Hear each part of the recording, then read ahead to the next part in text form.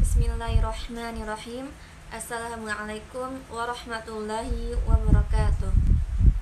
Alhamdulillahi wa kafa, wassalatu wassalamu ala rasulillahi mustafa wa ala alihi washabihi wa man wafa wa ba'du. Salawat serta salam marilah kita sampaikan, marilah kita hanturkan kepada baginda kita, yakni Nabi Muhammad sallallahu alaihi wasallam, dengan lafaz Allahumma sholli ala sayyidina Muhammad wa ala ali sayyidina Muhammad. Teman-teman, sahabat dan ikhwafillah dimanapun berada, pada kesempatan kali ini kita akan membahas yaitu bahayanya sikap hasad, iri atau dengki. Nah, sebagaimana Allah telah menceritakan atau menjelaskan bagaimana buruknya sikap hasad ini, yaitu terdapat dalam Quran surah Al-Falaq ayat 5 yang berbunyi A'udzubillahi minasyaitonirrajim, Bismillahirrahmanirrahim, wa min syarri hasidin idza hasad. Artinya, dan dari kejahatan orang yang dengki apabila dia dengki. Nah, teman-teman, iri dan dengki adalah penyakit yang bisa menghapuskan pahala amal kebaikan kita, bisa menghapuskan semua pahala yang kita perbuat. Maka sebagaimana disebutkan oleh Nabi Muhammad SAW dalam sebuah hadis yang diriwayatkan oleh Abu Dawud dan Al-Baihaqi, Rasul bersabda, "Iyyakum wal hasada." Hati-hati kalian jangan sampai bersikap hasad. Fa innal hasada yakulul hasanat. Sesungguhnya sikap hasad itu akan memakan kebaikan, akan menghapus kebaikan-kebaikan.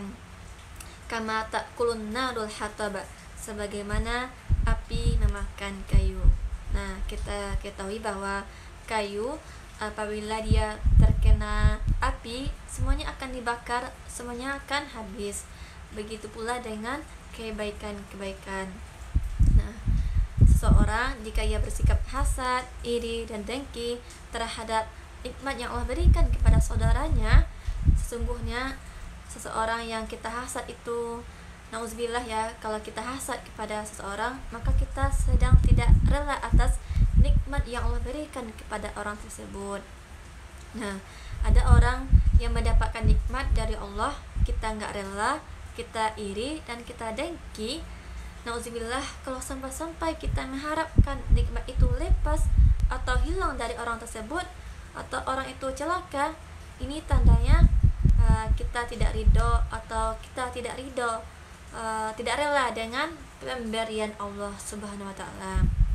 Nah, teman-teman, pemberi nikmat itu yaitu Allah. Jadi kalau kita iri, kalau kita dengki kepada saudara kita yang mendapatkan nikmat, kita sebetulnya lagi marah sama Allah, kita lagi tidak ridho dengan ketentuan Allah. Mengapa? Itu akan bisa membuat semua perbuatan kita, semua kebaikan kita akan dihapus oleh Allah SWT.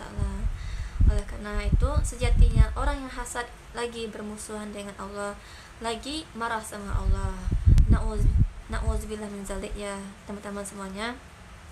Kalau ada saudara kita mendapatkan nikmat, seharusnya kita ikut bahagia, kita ikut senang, dan kita ikut mensyukurinya. Nah, mana tahu nanti kita juga akan ditambah nikmat seperti saudara kita, bahkan akan lebih daripada itu, sebagaimana janji Allah dalam Al-Quran, yaitu la in syakartum la azidannakum. Sesungguhnya jika kamu bersyukur, niscaya aku akan menambah nikmat kepadamu.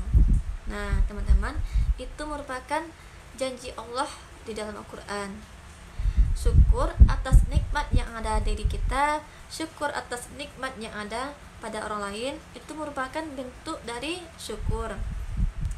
Teman-teman, sahabat dan ikhwafillah dimanapun berada, suatu ketika Nabi Musa alaihissalam melihat ada seorang hamba yang lagi bergelantungan di arsy-Nya Allah, sebagaimana disebutkan dalam sebuah hadis yang diriwayatkan oleh Abu Syaibah Nabi Musa melihat seorang yang lagi bergelantungan di arsy-Nya Allah.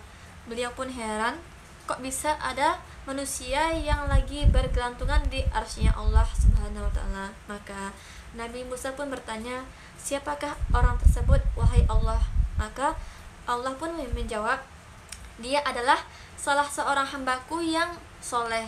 Maka saat itu Nabi Musa bertanya lagi, siapa namanya?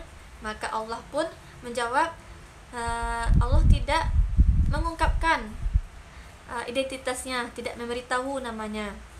Nah, Allah pun kemudian mengasih tahu kepada Nabi Musa, kalau engkau mau, aku akan tunjukkan amalan apa yang ia kerjakan sehingga ia bisa bergelantungan di arsy-Ku ini, di arsy-Nya Allah Subhanahu wa taala. Maka Nabi Musa pun berkata, ya Allah, ya Tuhanku, ceritakan kepadaku, sampaikan kepadaku, terangkan kepadaku apa amalannya. Sesungguhnya Nah, Allah pun menjawab, sesungguhnya dia tidak pernah merasakan iri, dia tidak pernah merasakan dengki terhadap nikmat yang diperoleh oleh orang lain. Dia tidak pernah merasakan dengki dan iri gitu. Maka olehnya hamba tersebut mencapai derajat tertinggi sampai hamba tersebut bergelantungan di arsy-Nya Allah Subhanahu wa taala. Maka Nabi Musa pun ikut keheranan. Ikhwafillah dimanapun berada, oleh karena itu mari kita teliti diri kita, mari kita koreksi diri kita, muhasabah diri kita. Adakah rasa tidak senang saat orang lain mendapatkan kenikmatan, saat orang lain dipuji, saat orang lain mendapatkan tambahan nikmat? Kalau ada perasaan tidak senang tersebut, itulah iri, itulah dengki, itulah yang harus kita lawan. Maka mari kita terus memperbaiki diri kita gitu. Apa yang harus kita ubah, apa yang harus kita tingkatkan gitu. Kalau sampai kita merasakan tidak enak, merasakan tidak senang, mari kita sering-sering bersyukur gitu. Semoga kita bisa menjauhkan diri kita dari hal-hal yang buruk. Semoga Allah melindungi diri kita, melindungi saudara kita, melindungi keluarga kita. Semoga berkah dan bermanfaat. Mungkin cukup sekian. Mohon maaf. Billahi taufiq wa hidayah. Assalamualaikum warahmatullahi wabarakatuh.